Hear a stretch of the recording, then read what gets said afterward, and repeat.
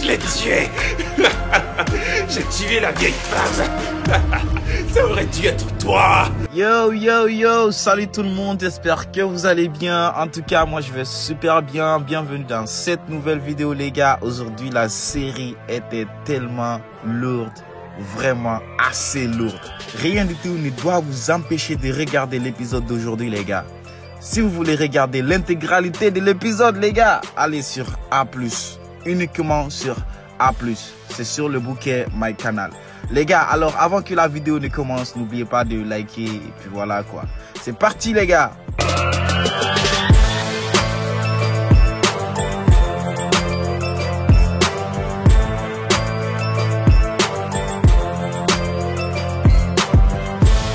Les gars, ici nous avons Mauro qui s'est très bien préparé pour aller à la salle d'entraînement de boxe. Il était vraiment très pressé puisqu'il avait un concurrent que lui-même il ne connaissait même pas, puisque voilà que le coach l'avait dit qu'il avait un concurrent qu'il doit affronter aujourd'hui, donc il était vraiment très pressé. Mais pendant ce temps, il y avait monsieur Eduardo et madame Nilza qui étaient en train de parler et tout. Mais par contre, madame Nilza se pose la question, mais pourquoi Mauro est si pressé comme ça? Va-t-il, Mauro? Dans cette partie, nous avons Maïda qui reçoit toujours les appels de cet usurier qui l'appelle tout le temps pour la dette que l'entreprise Citoy doit à ce monsieur. Par la suite, l'usurier dit à Maïda que cela prend trop de temps et que la patience aussi a des limites. Et que Maïda doit payer la dette très rapidement et vite fait, ou bien ils vont mettre l'affaire en public. Il me semble que vous ne voulez pas la rendre publique, sinon ce serait déjà fait, j'en suis sûr. Puis Maïda lui dit que même si le monsieur met l'affaire en public, que c'est le monsieur qui ira en prison, en tout cas pas eux. Puis l'usurier dit à Maïda que comme Maïda a fait son choix, il n'y a pas de problème et qu'il va mettre l'affaire en public. Ce qui veut dire que la dette que l'entreprise Citoy doit à cet usurier serait bientôt mise en public, que tout le monde verra. Dans cette partie, nous avons Mauro qui vient dans la salle d'entraînement pour s'entraîner et attendre son adversaire que lui-même il n'a jamais vu.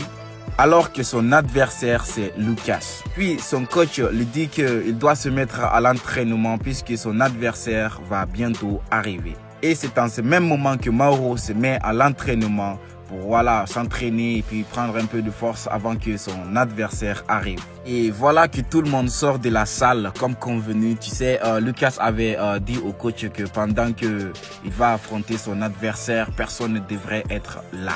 Et voilà que Lucas arrive, mais Mauro continuait toujours à s'entraîner. Il n'avait toujours pas vu Lucas derrière lui. Et c'est là quand Mauro se retourne directement, il voit que c'était Lucas. C'était vraiment une très grande surprise pour lui. Il s'attendait vraiment pas. Toi? Qui attendais-tu? Hein? Puis Lucas dit à Mauro qu'il attendait ce moment depuis fort longtemps. Mais par contre, Mauro ne voulait pas du tout se battre avec Lucas. Mais par contre, Lucas, lui, il insiste pour se battre avec Mauro. Puis il demande à Mauro si Mauro a vraiment peur de lui. Et Mauro lui montre qu'il n'a vraiment pas peur du tout. Ah. Alors voyons qui, à la fin du combat, sera couché au tapis.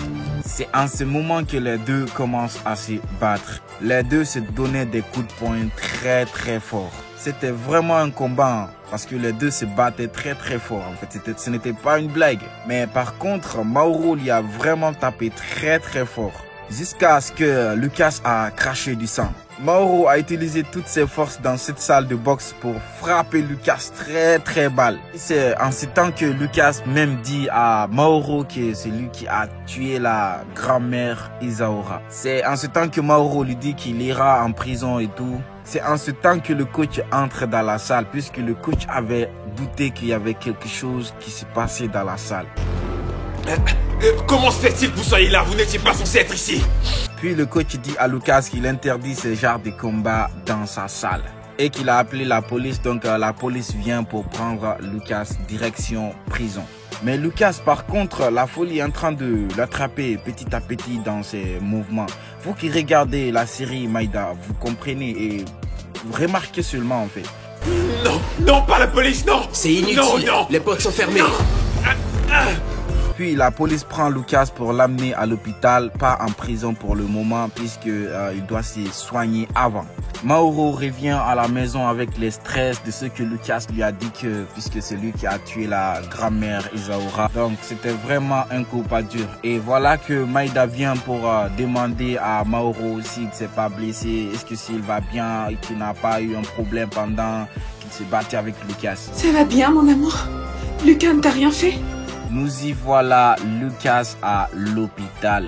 Du coup, quand il se réveille, il voit directement la police devant lui. Puis la police dit à Lucas, comme il s'est réveillé, donc ils ont beaucoup de choses à se dire. Mais par contre, Lucas dit qu'il n'a rien avoué et qu'il n'a tué personne. Mais pendant ce temps-là, il y avait la police qui avait menotté Lucas dans son propre lit d'hôpital. Ici, nous allons voir comment Lucas a tué la grand-mère Isaura. D'abord, il avait un poison entre ses mains et c'est ce même poison qu'il utilise pour tuer la grand-mère Isaura. Il prend ce même poison pour aller dans la famille Sitoy discrètement. Puis, quand il voit Ilias qui était venu en voiture pour acheter quelque chose, Ilias était prêt pour partir, mais par contre, il y avait un petit qui voulait demander quelque chose à Ilias. Et c'est là que Lucas profite pour entrer à l'arrière de la voiture. Et Ilias aussi entre dans la voiture sans savoir qu'il y a quelqu'un derrière la voiture. Et là, il conduit sa petite voiture jusqu'à dans la famille Sitoy. C'est là que quand Lucas arrive dans la maison des Sitoy, puis il se déguise d'une autre manière comme un bandit ou braquage comme ça. Tout ça pour ne pas que quelqu'un le reconnaisse au cas où quelqu'un le voit à distance. Voilà quoi. Et là, il cherche la cuisine des Sitoy. Arrivé dans la cuisine et c'est là qu'il met le poison dans le verre de Madame Isaura. Et voilà que comme Madame Isaura avait consommé ce poison, c'est pourquoi elle est morte par la faute de Lucas. Disons 70% des gens qui regardaient cette série, franchement, avaient cru que c'était Eunice ou bien que c'était Monsieur Eduardo ou que c'était voilà Gisto. Même moi qui regardais, franchement, je me disais que c'était peut-être Evandro, Eunice ou bien quelqu'un d'autre comme Eduardo comme ça. Je ne croyais même pas que c'était Lucas qui pouvait faire ça. Si nous avons la famille qui était venue pour voir l'état de Lucas, mais Lucas, il était vraiment déconcentré. En fait, il se réveille avec d'autres bruits et des cris. Il était en train de se parler tout seul. Il se disait que je ne voulais pas tuer Madame Isaura et tout. Et puis, en plus, il rigole. Il était là à rigoler puisque la folie était vraiment en train de jouer sur lui en ce moment.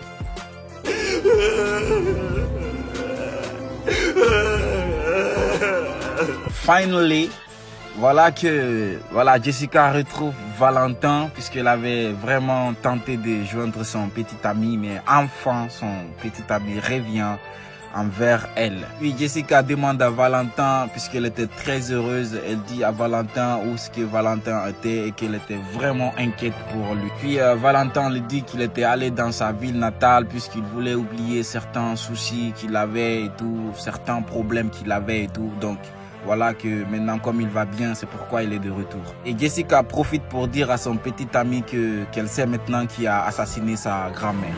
Qui a pu faire ça, Jessie? C'est Lucas. Valentin essaie de réconforter sa petite amie pour le moment dur. Ici, nous avons Evandro et Yara qui étaient venus pour voir Lucas pour son état. Mais quand Lucas voit Yara, il pense que c'est Maïda. Ce n'est pas Maïda, c'est Yara. Puis Lucas demande à Evandro où se trouve Maïda et directement Yara répond que ce n'est pas la peine de demander pour Maïda puisque tu as déjà avoué toute la vérité et que maintenant tu ne vas pas sortir de la prison. Pendant tout ce temps, Lucas se rendait même pas compte de tout ce qu'il disait, tout ce qu'il a dit à Mauro et tout ce qu'il a dit pendant que la police était là. Il se rend plus compte, il se rappelle plus de ce qu'il a dit. Yara dit à Lucas qu'elle ne veut pas être impliquée dans tout ça et qu'elle ne veut pas salir son image à elle. Puis Evandro dit la même chose que Yara. Puis il dit à Lucas aussi que si ils sont là, c'est à cause de ça. Alors que, regarde, Lucas a tué la grand-mère de Evandro et Evandro, c'est pas ça qui l'inquiète en fait. C'est l'entreprise de Jingadela, l'entreprise de Lucas. Et Lucas pense que Evandro veut lui retirer l'entreprise Jingadela. Dans cette partie, nous avons Monsieur Eduardo qui demande à Madame Jacqueline si elle va bien. Mais Madame Jacqueline est très fâchée contre Monsieur Eduardo. Si je ne te connaissais pas, je pourrais penser que tu t'en soucies. Puis Madame Jacqueline dit à Monsieur Eduardo que très bientôt Monsieur Eduardo va tomber de son propre piège et qu'il saura qu'il n'est pas un dieu. Parce que Monsieur Eduardo ne se soucie que de lui-même. Il ne se soucie même pas que Madame Jacqueline est enceinte de lui. Monsieur Eduardo répond à Jacqueline que si elle le répète, qu'elle va le regretter de toutes ses forces. Et c'est en ce même moment que Madame Nilza apparaît, puisque Madame Nilza d'abord soupçonne déjà quelque chose entre les deux là. Qu'est-ce qui se passe?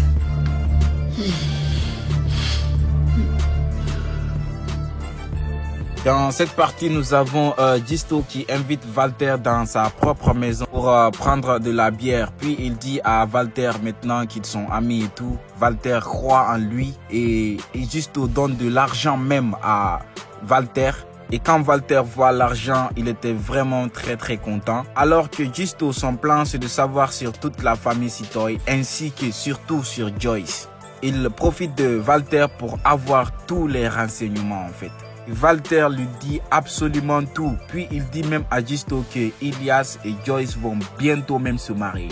Laissez-moi vous dire, boss, il paraît qu'ils vont bientôt se marier. Ah ouais. Dans cette partie, nous avons voilà Maïda et Mauro qui essaient de parler à Madame Nilza pour la dette que l'usurier appelle à Maïda tout le temps à propos. Madame Nilza avait dit qu'elle allait payer, mais elle a mis trop de temps pour payer la dette. Mais par finir, Maïda prend son téléphone et voit que le monsieur a déjà mis l'affaire en public. La dette que l'entreprise Sitoy doit à ce monsieur, cet usurier, le monsieur a déjà mis l'affaire là en public. Et voilà que l'entreprise Sitoy encore qui se retrouve dans des pétrins. Et voilà les petits potes, la vidéo touche à sa fin. Donc n'oubliez pas de liker, l'importance de s'abonner. C'était Maka Fouini, je vous dis à la prochaine.